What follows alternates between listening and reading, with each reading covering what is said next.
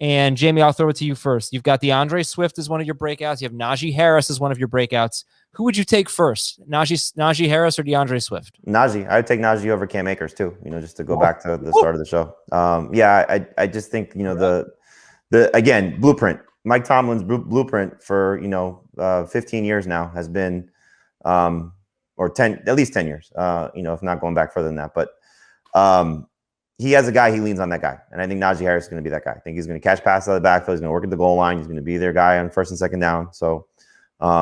I love Cam Akers. I love DeAndre Swift. I just think Najee Harris has a higher ceiling going into his rookie season. I know the offensive line is a concern, but I'll buy into what the Steelers should be able to do, what he should be able to do, what he showed me at Alabama. So I'm all in on Najee Harris. I would take him, like I said, ahead of a couple of the second year guys. I would take him ahead of everybody not named Jonathan Taylor. Man, guy runs for 5 touchdowns against the Gators in the SEC championship. That's right. I'm scarred for life. Oh gosh! Actually, that night I said if they only hold him to 3, I won't draft him no matter where he ends up next year, anywhere. But when he scored 5, that was it. By that logic, Adam and I are going to take Javonte Williams and Michael Carter with our first 2 picks in every single draft. Every highlight they show of that guy, it's against Miami. It's against Miami. Yeah, it was ridiculous. Hey, when I came around on Najee was when I looked at the schedule. And I know that the Ravens and the Browns are on the schedule, but I really think it's a good outlook for Najee Harris.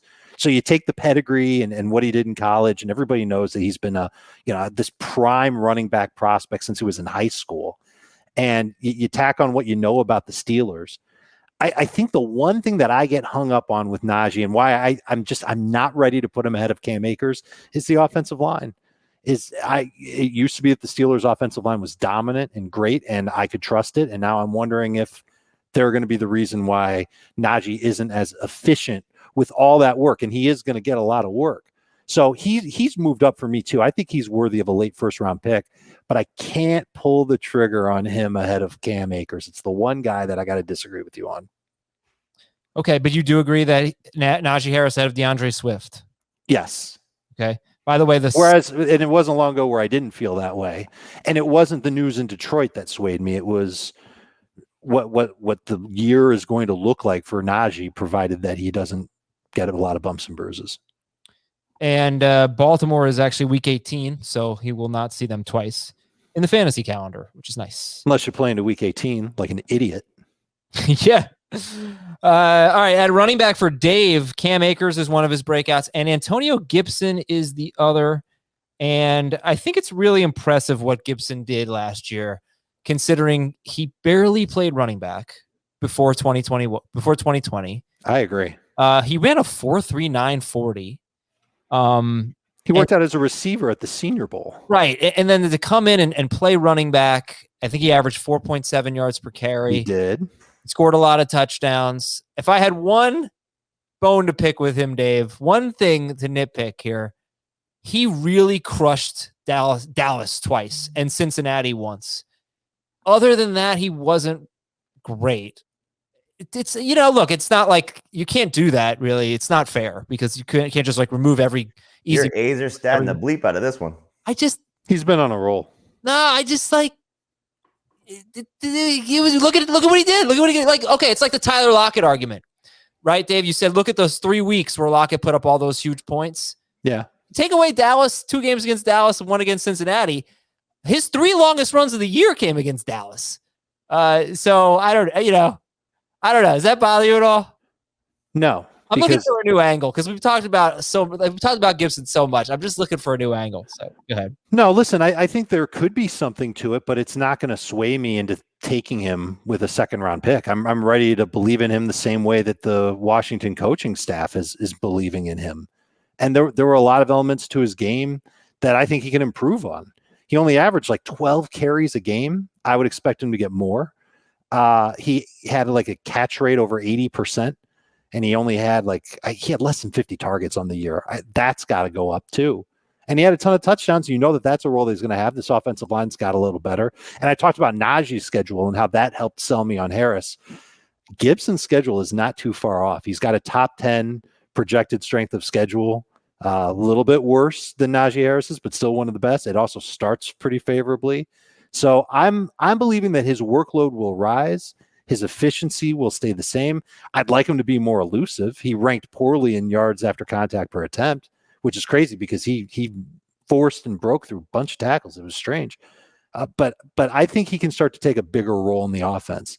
And maybe it was just one of those things in training camp where the coaching staff knew that they had something with Antonio Gibson, but they didn't want to put too much on his plate until he was really, really ready. And frankly, I think toward the end of the year, and certainly in those easy matchups, he was ready, and he proved it in those matchups. And now he's got the potential to do it in every matchup. And it just so happens that the schedule's pretty good for him. The thing that got frustrating with Gibson was the toe injury, and that he was just starting to get going. That's true. And they had that stupid Tuesday game against the Steelers, and he hurt the toe, and he struggled until the end of the season when he came back. They gave him a heavy workload down the stretch. I forget if it was the playoff game or the game before. Game 17. Right. So I guess at that point he finally felt healthy. But I love that they're talking up using him more in the passing game. Get J.D. McKissic off the field. Let him play, in hurry-up situations at best. But use Gibson more on third downs. The thing that, you said this. The thing that he was a pass catcher. He was a wide receiver. Mm-hmm. He obviously can do it. He caught 36 of 44 targets. And so, you got to assume that there's going to be more to that as he gets more comfortable. I don't like the fact, and he's one of my favorite breakouts too. I don't like the fact that they say the toe is still a little bit of a problem, but you saw video footage of him at camp last week, and he was moving around fine. So hopefully it was just hey, my toe is still bothering me, but it's not going to keep him off the field for any problems during the season. But he just was scratching the surface last season, and then I think the toe injury set him back. And so hopefully he gets a full off season, better quarterback play. And not that Alex Smith was bad, but Ryan Fitzpatrick, I think, gives them a little bit more juice and opens up the passing game. The Curtis Samuel factor is a little bit concerning because of what he could do as a rusher and as a hybrid player, and maybe take some of those passes as well, receptions as well. But I do think that Gibson is going to be the catalyst of this backfield. No stupid Peyton Barber stuff, no stupid Lamar Miller stuff. Imagine somebody actually dropped Justin Jefferson for Peyton Barber, by the way. But Antonio Gibson can come in twice this week and be that superstar that he's capable of. I love Antonio Gibson. I can't draft him enough. Okay. Sorry about the whole Dallas thing. I just feel like we've talked. It's been a long off season. We've talked a lot about these guys. So I was trying to give a different. There's a lot of crossover. I mean, look, the thing I think that we'll get more into as training camp starts is the more the sleeper guys. I know you guys did the show the other day, but more sleeper options, more guys that can emerge, and these late round picks that we'll be targeting.